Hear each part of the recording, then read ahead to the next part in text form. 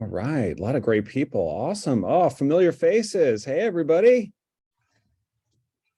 We're going to get started in a couple minutes here. I'm just going to let some people file in, but oh, Maurice, great to see you.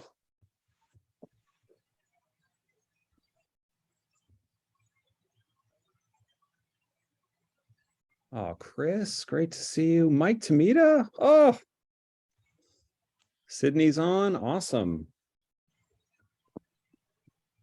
All right, everybody, we're going to get this rolling here. Just want to let everybody know who's already joined. The webinar is being recorded. We will have a Q&A section available to you in the chat, and feel free to ask questions as you go along. We'll try to answer them as much as possible, and the ones that we can't get to, we'll email you separately. But welcome, everybody, and thank you so much for coming to this presentation on demand creation and demand capture. And we're really thinking about how to differentiate, our overall go-to-market strategy and start to break down demand generation as a whole into different sections of demand gen. One being creation, where we're creating our audience, and the second being capture, where we're converting them into customers. So I'd just like to introduce you guys just really quickly, if you're not familiar, to the Scale platform team. So this is a group headed up by literally everybody's favorite person, Craig Rosenberg, and I have the distinct pleasure to and opportunity to work on this team. We work with the Scale portfolios, but we also put together content like what you're seeing today, just to really try to spread the awareness of great go-to-market. So we work with our portfolio companies, and we're building communities within them that include, marketing, sales development, and sales, as well as sales operations and all things, related to acquiring and retaining great customers. Amongst that, we have executives in residence, which is probably the splashiest title I've ever had. So I thank Scale for giving it to me. I'm on that team with Sydney Sloan, Brandon O'Sullivan, just really well-known, great sales and marketing professionals. We also provide GTM advisors. So we have an advisory network if you want to go really, really deep on very specific subjects. And we have strategic advisory partners. So folks like Mike, who's on the call with us today, who work in partnership with Scale to provide great service, and in today's webinar, really great thought leadership. So if we can move to the next slide, Mike. So today on the webinar, I'm joined by Mike Nierengarten, who's the founder and CEO of Ability.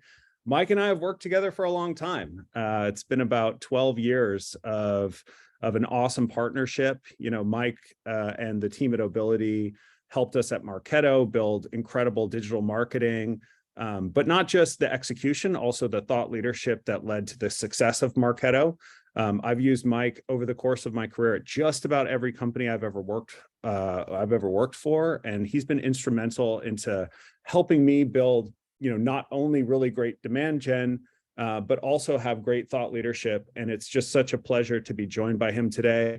When we were sort of conceptualizing this webinar, it came from me having a lot of conversations with some of the portfolio companies, but also just some of my peers in the general marketing space around things just not working the same way they were 5, 6, 7 years ago, and needing to sort of diagnose why that was, and what people were doing wrong and what they could improve to help really start to cultivate an audience of people that were going to be much more willing to engage with their marketing and then ultimately become a customer of theirs. So I'm going to turn it over to Mike here, and he's going to guide us through. There's a lot of slides today, but we'll try to cruise through them as quickly as possible and sort of hone in on the aspects that are most pertinent to the audience. But to be clear, this webinar is being recorded. There will be a recording sent out to everybody, and you will also receive the slides.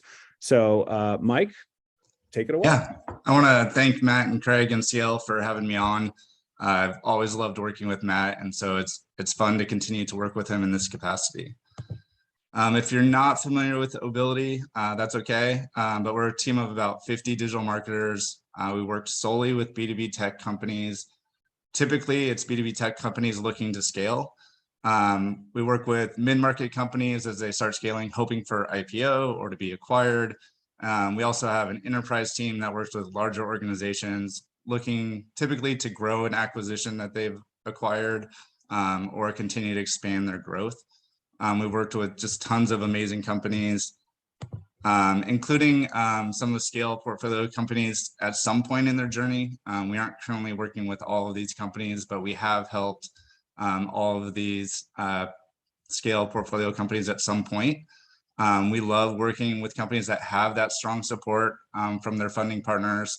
We'd love to work, I'm sure, with everyone on this call. So please hit us up if you're interested in some digital marketing.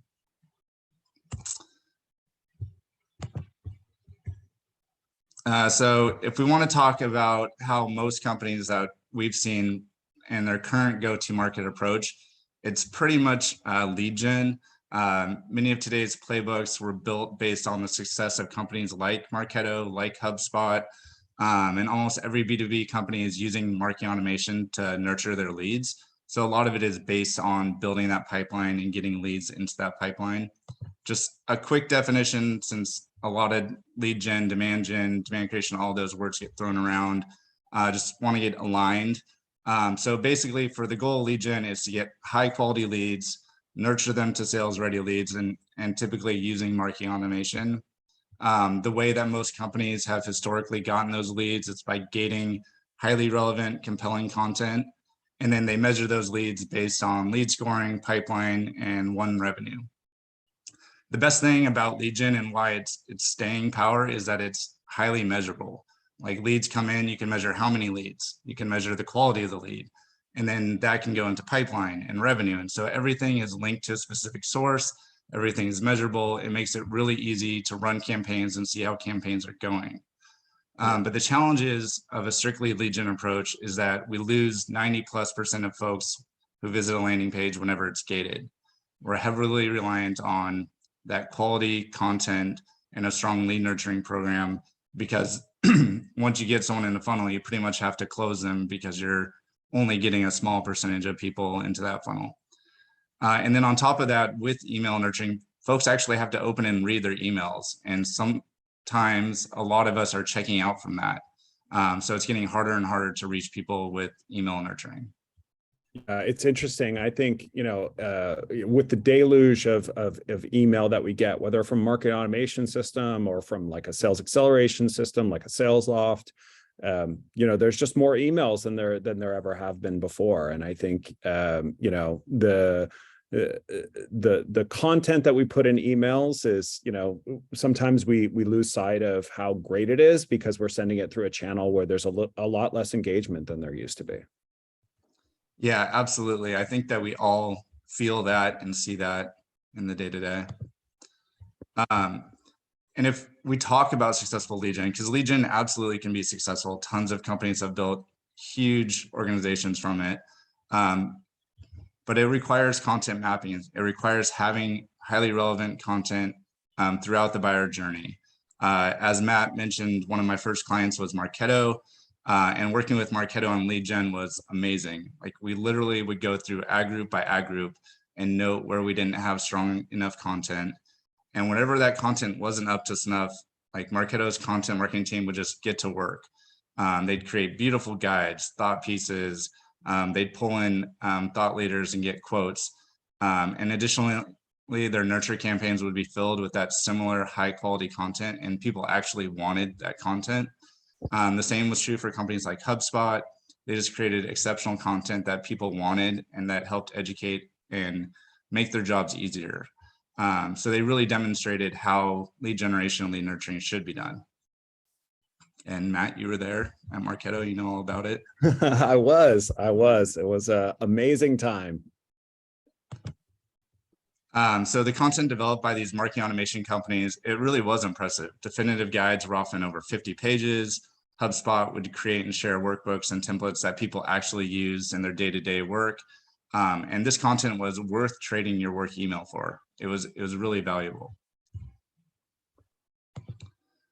And that still lives on. There are a ton of companies out there who recognize lead gen requires that compelling content. So it's no surprise that automation companies do it well. Active Campaign is a current example. They create these beautiful email marketing templates. Inflection.io creates vendor reports specifically for their target companies, the PLG companies. And compelling, relevant content is really what's tied to lead generation. You just can't run effective lead gen without it. My main issue with the legacy of lead gen is the short form landing page. Like Marketo and HubSpot could get away with it because they created such good content and had built trust within their audience.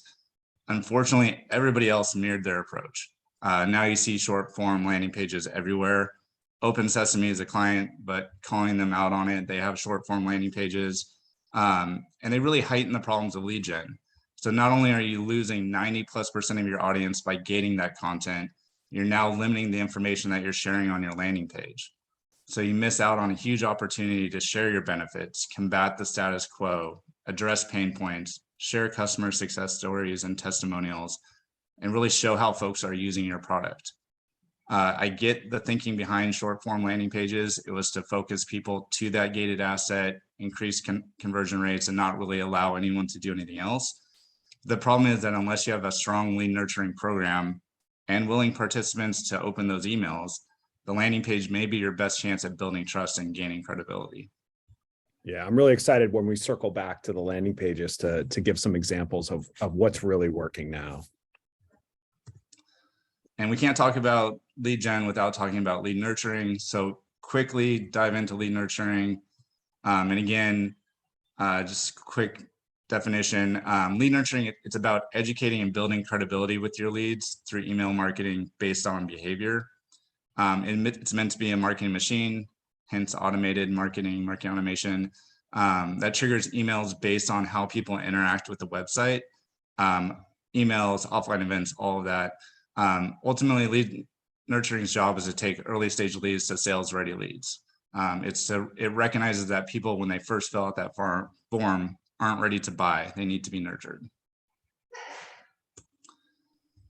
High quality leads are not that difficult to procure. However, close one revenue is hard. It's a huge challenge.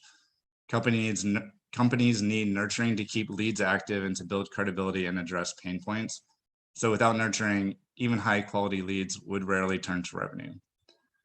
So we've seen challenges where clients just don't have strong lead nurturing programs, and they instead immediately hand off to sales. And this is really an ineffective approach and can burn out sales teams. MQLs in most cases are not ready to buy. They need warming, and nurturing is the mechanism to warm them. And then content used in lead nurturing isn't just written content. You see lunch and learns, webinars, swag, user groups, all examples of content used in nurturing. Goal is not really just to educate high quality leads, it's also to build an affinity with your audience. So if you think about companies like Sendoso and the benefit of sending personalized gifts to folks, considering your solution, that's powerful. So don't ever underestimate the power of good swag and building that community. It's one of the things that I think people sort of forget about, and we're all employees of companies, or at the very least have been employees of companies. And there's really nothing like getting a t-shirt, a hat, or a jacket, or a vest. It just goes such a long way. And I think the same is true when you're, a fan of a brand and you're considering them for purchase. So always a plug for good swag. And then again, can't talk about nurturing without talking about product-led growth. So before diving into demand gen, I just want to touch on product-led growth or product-led marketing because it's just a different type of lead nurturing. So product-led growth is the idea that if someone gets their hands on your product, they'll fall in love, they'll love the usefulness, and it'll become necessary to do their job. So Slack, I think, is a good example, at least at Ability. We started using the free product. Ultimately, we moved to pay for it because it's just easier to have all of that archived data. So really PLG is converting folks to the paid version, and nurturing sales are often involved in the process. And nurture tracks are just a little bit different. They help build the case for using the product, and then sales will come in to close a deal or convert individual accounts at companies to like a larger business account. The company that I've seen that's doing a really good job of this is SparkToro. So Rand Fishkin is big in the SEO space, so our industry follows him a lot. And just what they do, where they often send out free searches on their platform for folks to just engage with their product. During the free trial period, they're constantly showcasing different ways that companies are using SparkToro to kind of test out, so that you're getting your hands on the product and using it in different manners. And the hope is, like, eventually one of those cases will resonate and they'll move them to the paid version. So in order for companies to do free trials and freemium plans for PL, they need to have that be really strong at driving, companies need to be really strong at driving free trials or freemium plans in order for PLG to work. Like, you can't just build it and hope people come. Like, you actually have to be driving people to the product. People need to be able to get their hands on to test it out. Yeah, and I think these messages are great examples of what good PLG nurture needs to look like. It needs to be short, it needs to be to the point, it needs to move people forward in their process, as opposed to what we see from more traditional, like B2B, where, you know, maybe you sell a product where PLG is just totally inappropriate because, you know, they would need to connect to their CRM or some other, you know, system of record that requires too much heavy lifting for them to do it on their own. You know, those are longer form, and those include things like case studies and, you know, and the content types that Mike alluded to earlier on in the webinar. These should be quick. They should have, you know, kind of one single thought that would draw that person back into utilizing whatever, you know, free product they're in a trial or on a free version of. So now we've talked a bit about lead gen and kind of the traditional approach, as well as lead nurturing and kind of the aspects there. I want to start talking about kind of where things are going. A lot of the talk right now is about demand gen. I prefer to call it demand creation, just because, like, demand gen, like, already had a definition and existed. It's not a new thing. So lead gen and lead nurturing, they require one thing. They require people opening, reading, and engaging with their email. And if you think about how much spam you get, you can see why this is a big challenge. How can folks rely on email to get to close one alone? And then if you talk about product-led growth, like, again, we have to get people to that free trial or free version. So how do we get folks to sign up for the account? So that's where the industry has lately called demand gen. Really, like I said, it's much easier to talk about demand creation and kind of go from there. Well, and I think this is a better formula for thinking about demand gen holistically, is breaking it down into these two categories, one being demand creation, which is a different motion, requires different content, requires different types of programs, and a different way of measuring it. Now, this is probably not going to earn you a ton of kudos with your sales team, because they're going to be like, show me leads, show me leads, show me leads. But this is the path. And I think oftentimes when I'm diagnosing problems within our portfolios or just other companies, this is the place where a lot of people get things wrong.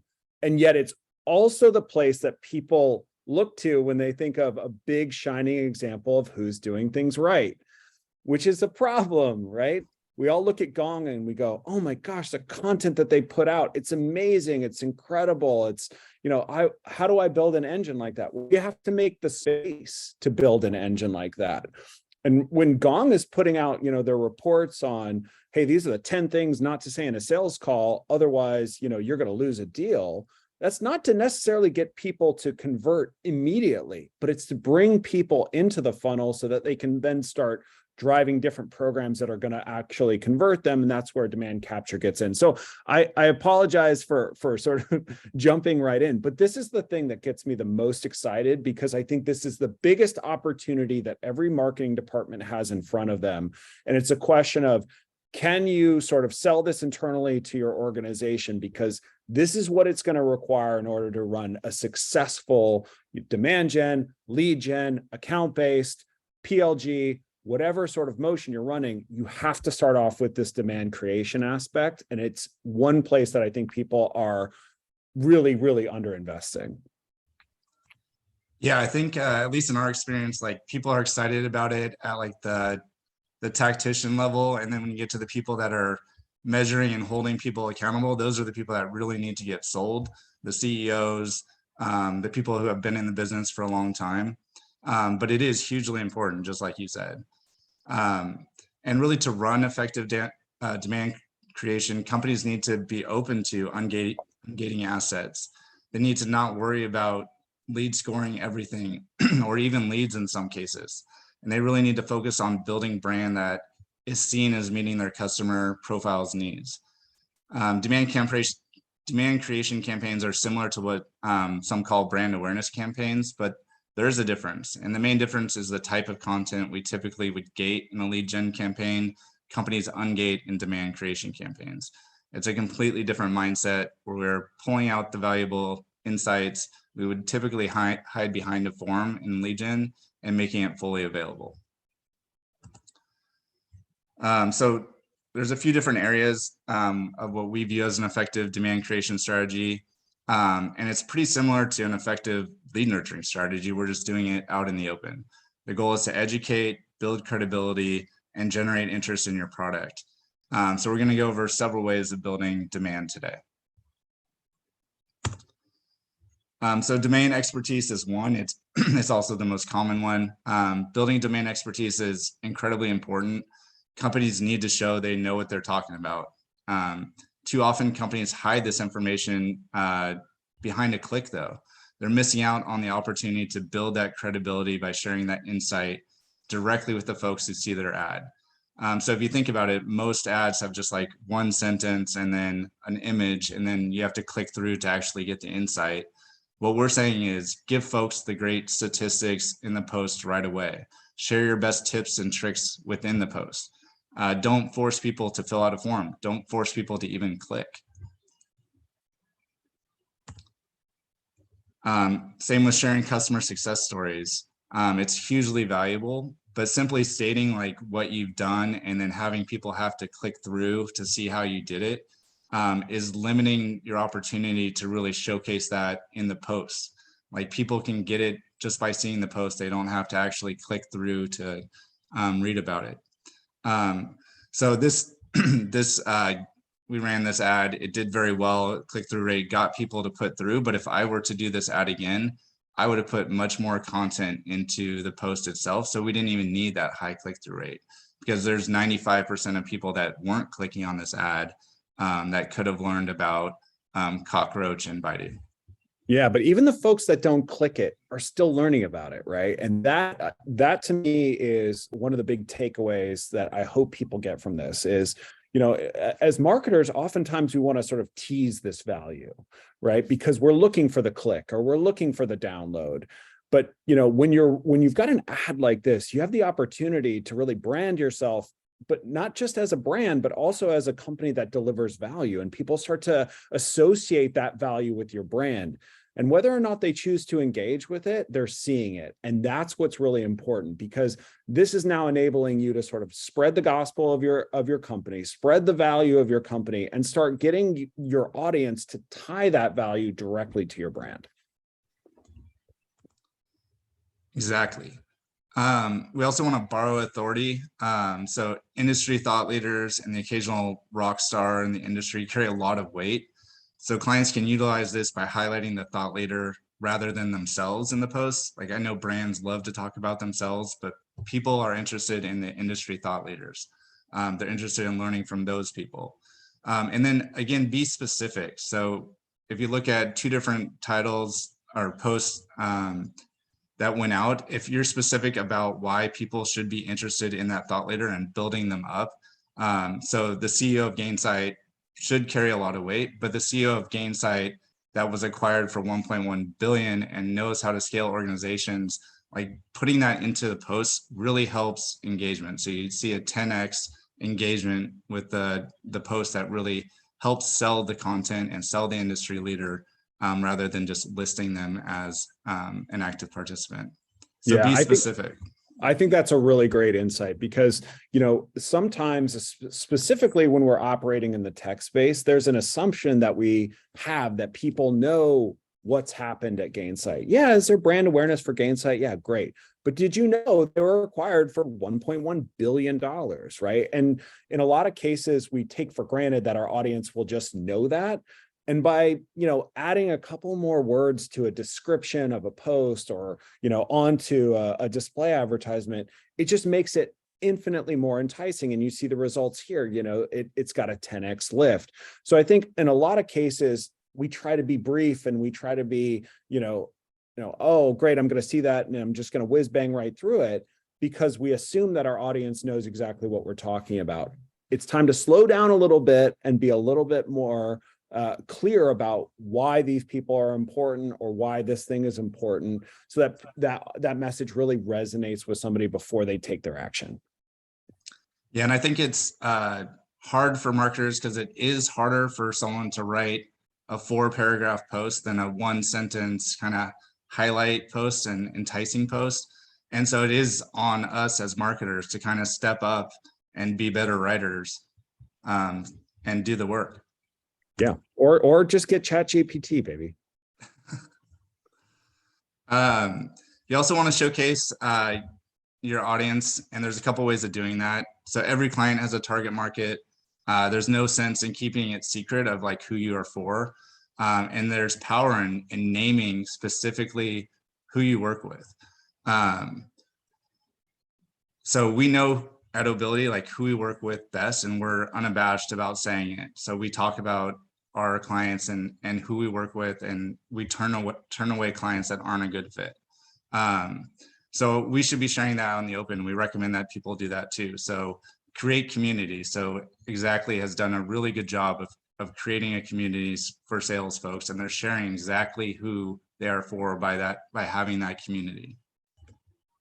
Mike, question for you: when you work with clients who maybe serve multiples, maybe they sell to sales and sales development, or marketing and sales development, or they work with DevOps and IT, like how do they sort of what's a good recommendation that you have for how to bifurcate that? Is it by ad group? Is it by asset? What's the best way to go forward with that?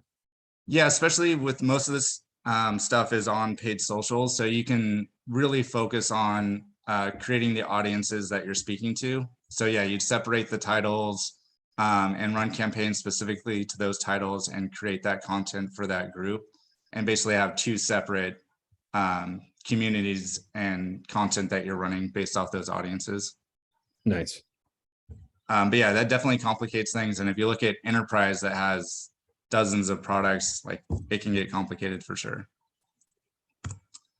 You mentioned Gong. I love Gong's memes. I think they do a great job of building their community and really identifying who they're for. Like it can be fun to make community, and it doesn't have to be super technical or anything like that. Just share content that your community will get. You see this a lot in B2C and games and things like that. We can do the same thing on the B2B level. Like we talked about how swag's really powerful, like memes are also really powerful. Yeah, and I think as a younger generation has really entered not only the workforce but also ascended to the level where they are buyers, if not highly influential in sales cycles. Speaking a language that is much more normal to them makes a lot of sense. I think the thing is, memes can be great and they can also be terrible, so they require a lot of caution. And so you got to make sure that you're working with a professional team and that you're testing some of these things out before you go sort of full bore. I think that's really good advice, to test it out kind of small before going big. And then this is kind of what started my journey around learning about demand creation and demand capture, was just seeing people ungate their demos and really having these short demos to show a specific feature or a specific use case. There's just huge value in doing this. Like I recognize there's major value in having a salesperson walk through a demo, but there's a lot of friction to do that. So companies, they just shouldn't be so reluctant to showcase their product openly. Like don't gate the demo, don't require a salesperson on it, even though that is valuable. But where people can see a short snippet or control a video and watch it at 1x or rewind is just hugely valuable. And we need to stop gating demos and let people see snippets and see the product and get their hands on the product. Yeah, I think that this is a massive opportunity for most people, just as, you know, as the technology required to create assets like this or portions of a landing page that include video elements like this have become pretty mainstream. I think this is critically important. If you have a product that has like these kind of magic moments or aha moments, and you can run that in a very short, you know, less than 30-second long video, it's really impactful. I know as a buyer myself, and as a person who, you know, when I worked at Marketo, helped to create the mechanism where it's, you know, request a demo, fill out a form, talk to an SDR, get qualified, talk to an AE for discovery, and then see demo. I mean, that whole process is just, it's kind of a pain in the butt. But if I can see a little bit of the product beforehand, so I know that it's going to meet my needs, I'm so much more likely to go through that process rather than dedicating all that time and energy just to getting to a demo and being like, oh gosh, this is not what I'm looking for at all. So I think that this can, you know, in the midst of buyers wanting to have more of a PLG motion, if you're not capable of providing a PLG motion for people, this is a nice teaser that gets people interested in actually going through the process of qualification, discovery, and then being able to see a demo. So this is a tip I hope a lot of people walk away from and say, or they walk away from this webinar and say, how do we start incorporating things like this into either our ads or into our landing pages? Yeah, and people ask better questions once they get to the salesperson too, if they've already seen the product and have an idea of how the product works.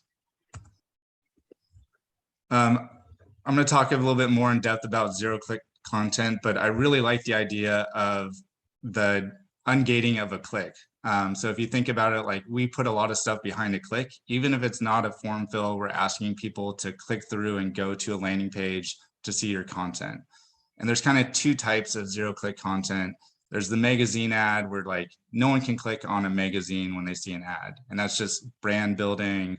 But then like we talked about, there's also the juiciest portion of the content where you just put in all of the information that they would get in that white paper or that guide or whatnot and put it in a post, and then they don't have to click and they still get the insights and they still have that warm feeling about your brand because of what you've showcased. So here, like, as an example of a company doing it with carousel ads, just kind of showing their value prop and differentiation, and then Zoom info just showing all the different languages that they run.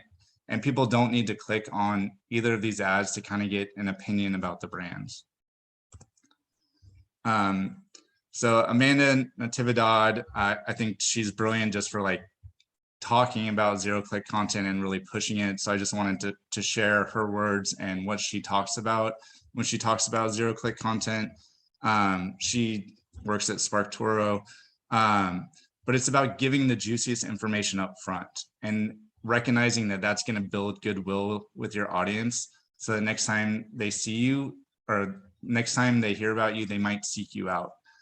So enough zero-click content, and you're really nurturing in public, right? You're giving them all this stuff where they like you as a brand and are learning from you as a brand without having them have to click and open and then read an email or fill out a form. And this is really where I think the industry needs to go. Yeah, I think this is really, really important. As you know, email open rates are in decline, click-through rates are in decline, as form fills are in decline. The more that you can sort of publicly nurture your audience, the better off you're going to be. And if you can execute it in a way that we saw in some of the previous slides with great design and sort of your value props right there and within the body of either the ad or the copy above it, the more you're going to be able to get back to what we were able to do in 2012 and 13, which was, you know, sort of craft a narrative over the course of, you know, 10 or 12 emails. Can't really do that now because people don't want to open emails the same way. But can we still go out and craft that narrative in a public setting in places like LinkedIn or other communities where people reside? I think that this is critically important. And again, you know, we sort of when we're thinking about our communities, email is us kind of forcing our attention, their attention onto us, as opposed to just being in the places where they exist, right? There's a reason why, tech companies run billboard ads in San Francisco, and not in Des Moines, Iowa, right? Like the audience is there, so they're going to where the audience is. And can we recreate that in a digital setting? I think that is critical to our success going forward. So that's right on point. Demand creation, like we talked a little bit earlier, aligns best with paid social. Every example I gave was really in the paid social realm, but it's not only in paid social. It exists in search as well. So with SEO and paid search, like we target solutions first, like people that are actively looking for your product, like you got to be there. And then pain points second, like people that have a pain but may not know what the solution is. That's kind of the next level. But once you've created all the content around pain points and solutions, you can start thinking about demand creation.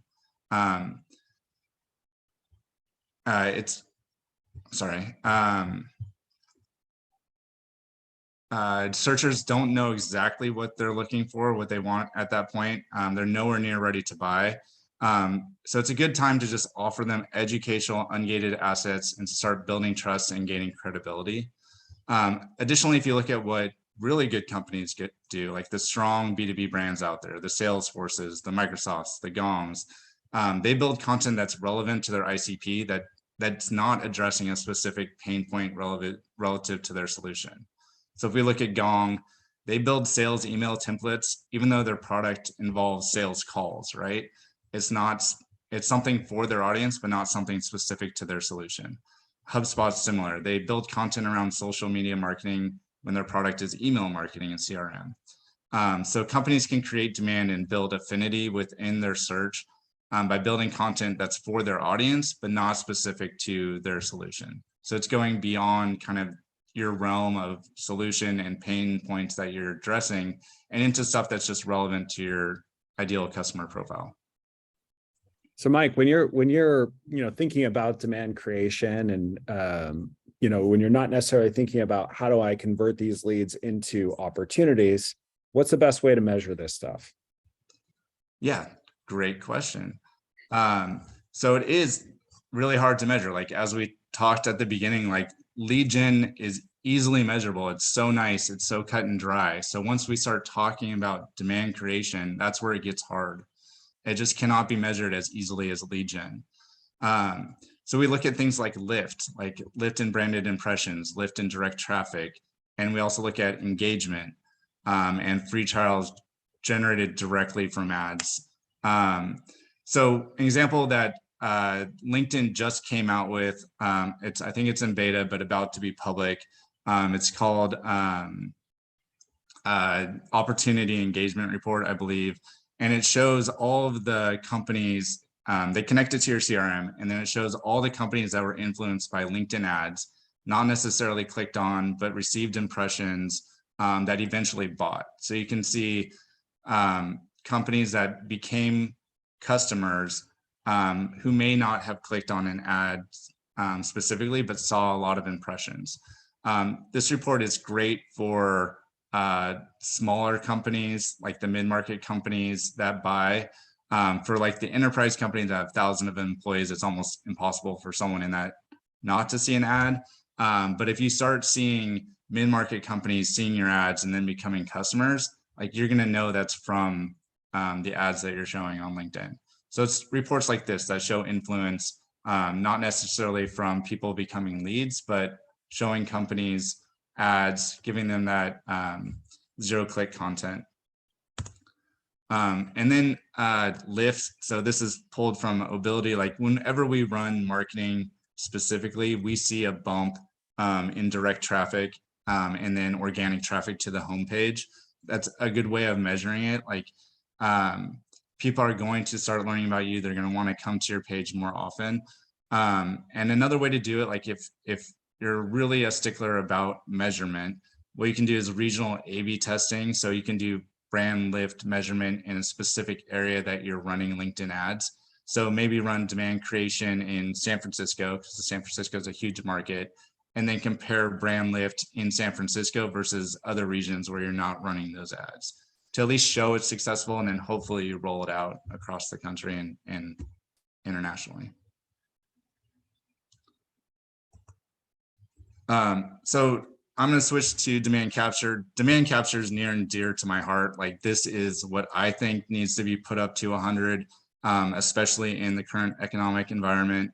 I think this needs to be nailed first. It's different than lead gen. It's different than demand gen, because to me it's a no-brainer. Like, we have to do this. We need to focus on capturing as much demand as humanly possible from people that are in market. So defining demand capture, it's really seizing on folks who are ready to buy your product or even a competitor's product.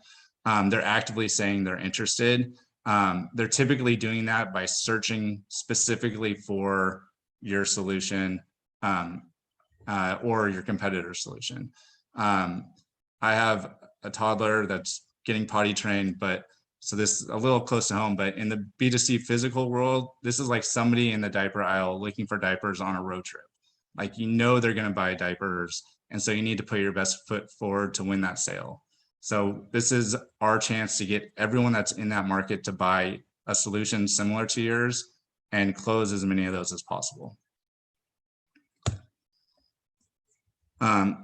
So it's hugely important and really where you need to excel. So if someone is raising their hand and saying they are in market, you need to be able to convince as many of these folks as possible that your solution is the right one for them. Folks let their intention be known in different ways. So when you think about the different ways that people raise a hand, often they're asking for a referral from their network. And if that's the case, honestly, like, your product better be strong enough to win that referral. That's really on your product team to build a strong product so that other companies are going to refer it. There's only so much marketing can do in terms of winning referrals.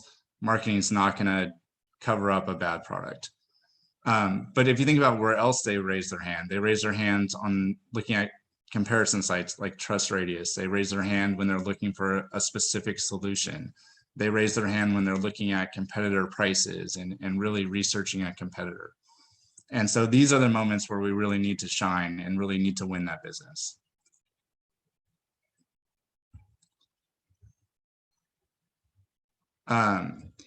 So really search. So we talked a lot about paid social for demand creation. Search is really the major channel for demand capture. But you're not going to sell directly to someone from search. Someone's not going to search for a solution, see your product, fill out a form, and then buy it. Or it's also really hard to get a free trial right away as well. So you're not going to be able to convert many of those searchers. If you think about it, 3 to 15% is pretty good conversion for people that are in market on search. And so we're not going to convert 100% of visitors to our landing page, especially if we're using calls to actions that are low in the funnel, like a free trial or talking to sales. We see better conversion rates, like upwards of 30% if you're using like a third-party report, like a Gartner report, but still you're missing out on a ton of the people that are in market. So in order to get more of an opportunity with prospects who are in market, we need to look at utilizing some of those demand gen elements to increase our ability to capture that demand. So one way of doing this is by retargeting paid search visitors on paid social. So in this case, we know the person is in market because they've looked for that solution. They're actively searching. And we can utilize the same demand gen content, which again is very similar to the lead nurturing content we use in lead gen, to stay engaged with the folks who are in that market for our client solutions. So basically by creating a cadence, 30, 60, 90 days, sometimes 180 days and longer, we can really help push people down the buyer cycle. We're better able to capture that demand. So it's using that educational content. It's highlighting before and after customer stories and sharing customer testimonials, and pushing them towards that ultimately a free trial or demo meeting. So using all those elements we talked about in demand creation, in retargeting campaigns of people that had that high intent search query. Yeah. And again, I think this is all the stuff that we've been doing for a long time, where, somebody has clicked on an ad, made their way to our homepage. Maybe they didn't fully convert and we started sending them emails. But I want you to start thinking about like all that content that we would have put into those emails, retargeting those people and following them around the web as they, go on LinkedIn, as they go on Twitter, as they go on Facebook, and making sure that your brand stays top of mind. And again, that they're tying that value proposition directly to your brand. To me, that's where it all starts to coalesce, because you're meeting your customer where they live instead of forcing them into a place that they don't want to spend a lot of time, which is their inbox. And circling back, like Matt mentioned, that we'd circle back to landing pages. It's similar with landing pages. Long form landing pages are the way to go. So just like we nurture people with testimonials and case studies and giving them a view of the product, we can also do that on landing pages, especially in demand capture campaigns. Like these are so important. These are people that are going to buy something. So let's give them as much information as possible. They're just too valuable to miss out on with a short form landing page. They're on your site. Give it your all. Try to convert them, build credibility, address pain points, do all of that. So this example is a Salesforce landing page. I blew it up or else you wouldn't be able to see any of it, but they use long form landing pages in almost all of their campaigns. And it's the right way to go. It's going to typically convert better, but even if it doesn't convert as well, it's giving more information that ultimately will help build that brand affinity to eventually become a customer. Yeah, this is your moment, right? This is your moment. You've convinced somebody that your ad is compelling enough that they're taking action and they're landing on your web property. And this is your opportunity to give them everything you got, customer testimonials, statistics, third-party reviews, analyst reports. Like this is where you want to hit them over the head with, this is why we're the best solution in the market, right? And I think oftentimes people just assume that there is this very linear path that people take, which is I clicked on the ad, I got to the page, and I'm just going to fill out the form. When in reality, we know most people will click on an ad, then get a Slack or get a phone call, and they will abandon that page, not necessarily click out of it. And then they'll come back to it and they'll be like, wait, why am I putting my email and my name and my phone number into, I can't remember what I did to get me here. So you need to be able to remind people why they're there, why you're the best solution, and why they should actually fill out that form and request to speak to a salesperson. Yeah, if there's one takeaway from this whole presentation is like, give it your all for the people that are in market, like close as much of that as possible. So kind of wrapping up, like we talk about demand creation, lead gen, demand capture, like do you do one, do you do them all? For me, it's a mix. You got to do all of them and combine them together and use them across campaigns. The other thing that I want people to take away is like, consider how we're gating content. It's not just behind a form. We always talk about gating, ungating, putting it behind a form, but really we're gating behind a click as well. Like we're making people click to see all of the good material. Let's stop doing that. Or if we're trying to force them into a lead nurturing path, we're gating it behind opening an email and reading that email. So that's a lot of effort there too. So let's move away from that and really be open with our content. And then in terms of the mix, like demand capture has to happen. Like it is going to happen.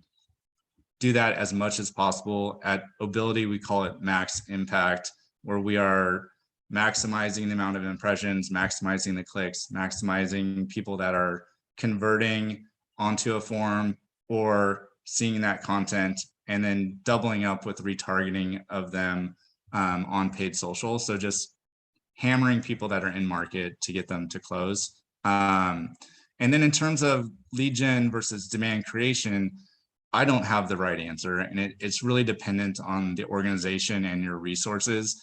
Like if you're a really strong sales-led organization, like you're going to have more lead gen because you need to feed that sales beast, right? If you are more open to getting people to learn about your product and educate themselves and sign up for a free trial, then you're going to go more towards demand creation. Like PLG should really be on that demand creation side, getting people to your product. But every company has a different mix between demand gen and lead gen. And then as we start to hit time here, I'm happy to discuss more. I've done this, a similar presentation built for some of our clients internally, just to give them some ideas of what they can do and like pulling what their competitors are doing. I'm happy to do that for anyone here today.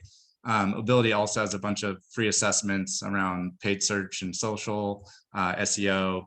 We just launched a RevOps assessment, and happy to look at how you're doing lead scoring and how your nurture campaigns are set up. And then we also do content assessment. Can reach me at Mike@AbilityB2B. Happy to talk to anyone. Awesome. Awesome. Thanks so much, Mike. I appreciate your time. I thought this was fantastic. I also want to say thank you to everybody who took time out to join us today. This was my first webinar at scale, so I appreciate all of you who joined, especially all of my wonderful friends that I've made over the course of my career. So big shout out to all of you guys. And again, just a huge thank you to Mike and the team at Ability for putting this together. You know where to reach him if you're curious, and I can tell you that it's an A+ team. Please continue to join us for webinars here at Scale. We'll be putting on one per month. I'm going to be focusing in very specifically on demand gen. I've got one coming up next month with Matt Hines. We'll be putting out information for that to you guys shortly. So we're really excited to crank up some thought leadership and really put together some presentations that we thought would be meaningful given the time of the year. So right now, I know a lot of people are cranking out their plans for the year and building budgets. So we're going to focus on how to build a successful demand gen engine over the course of the next couple of these sessions. And then we'll move into some other aspects of marketing as the year progresses. But again, thank you so much for all of you who joined us today. And again, thank you to Mike and the team at Ability. Really appreciated being here. Thanks, everyone.